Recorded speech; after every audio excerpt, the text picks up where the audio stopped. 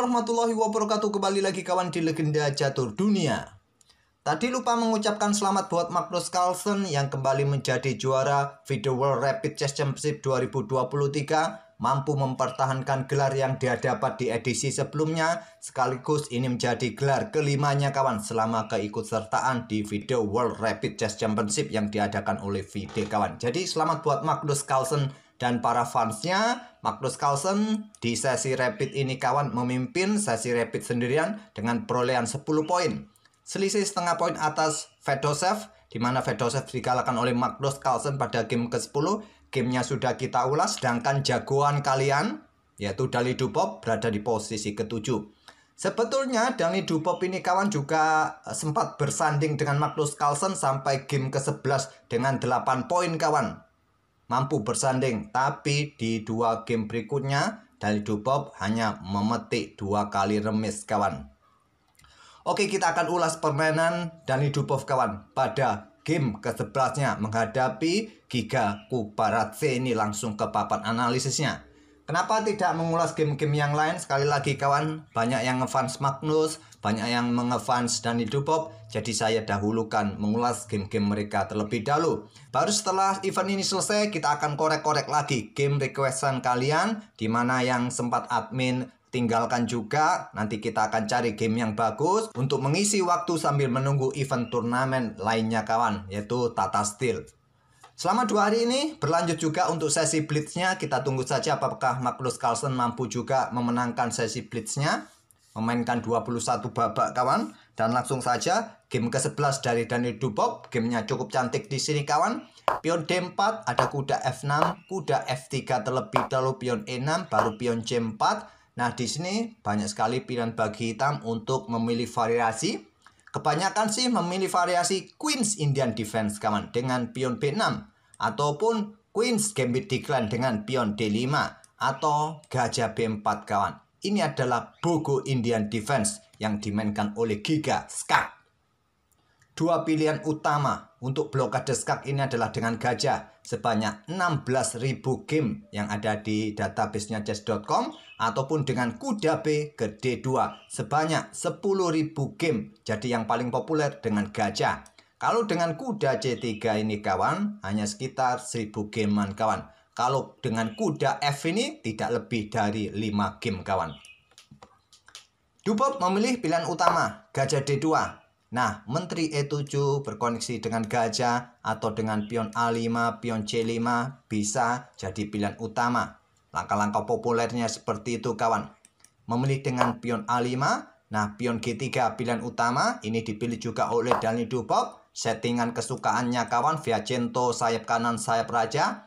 Nah, pion D6, pion B6, ataupun langsung pion D5 bisa jadi pilihan hitam. Yang paling populer juga memilih amankan raja, ini pilihan nomor 4 di posisi ini kawan, pilihan dari Giga. Setelah gajah G2 kita masuk ke permainan Katalan, pembukaan kesukaan Dalyubov kawan.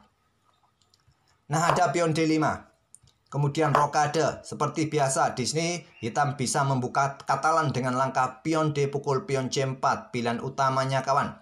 Tapi memilih gajah mundur ke peta E7, menteri C2 seperti biasa untuk mencoba backup peta C4-nya, tapi memilih dengan gajah F4 Dalyubov. Nah, di sini pion C6, dan di sini kalian juga bisa melanjutkan kuda C3. Langkah populernya seperti itu, ataupun juga Stockfish di sini lebih menyukai dengan pion B3 untuk pertahankan peta C4 kawan, dan membentuk struktur pion yang solid. Nanti jika terjadi baku hantam, ya kalian masih mempunyai pion pusat yang cukup bagus juga. Oke, kembali lagi ke langkah aslinya. Di sini memilih kuda C3 Dalyubov.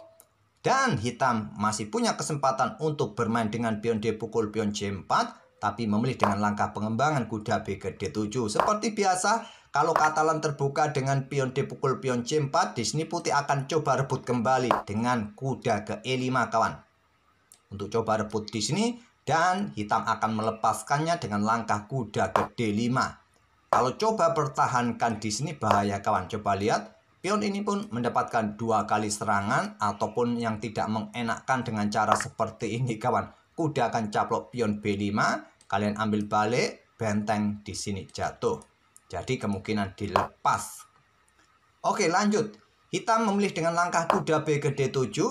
Nah, kuda E5 menantang pertukaran, diterima oleh hitam, ambil balik oleh pion D ancam kuda, kuda mundur ke D7 kawan. Nah, Dubov yang memulai dengan pion C pukul pion D5, pion E ambil balik pion D5, ditantang lagi oleh Dubov dengan pion E4, diterima lagi pion D pukul pion E4, diambil balik oleh kuda. Nah, keberadaan kuda Dubov ini kawan coba lihat mengawal ruang-ruang gelap di sini. Nah, di sini respon yang bisa dipilih oleh hitam menurut engine Stockfish.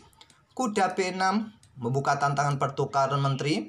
Kemungkinan ditolak dengan langkah kuda D6 menantang pertukaran. Di sini ada pion yang cukup menakutkan nanti kalau sampai diterima pertukaran ini kawan. Coba lihat nanti pion akan sangat mengganggu. Kemungkinan menteri akan hanya bergeser ke petak C7 terlebih dahulu atau juga hantam sekaligus. Atau juga di posisi ini kawan bisa bermain dengan pion G5 untuk coba usir gajah atau pion A4. 3 pilihan dari Stockfish.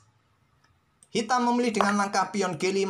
Nah, di sini normalnya kalau kita yang main sih gajah tarik mundur saja ke E3, ke E2 kawan.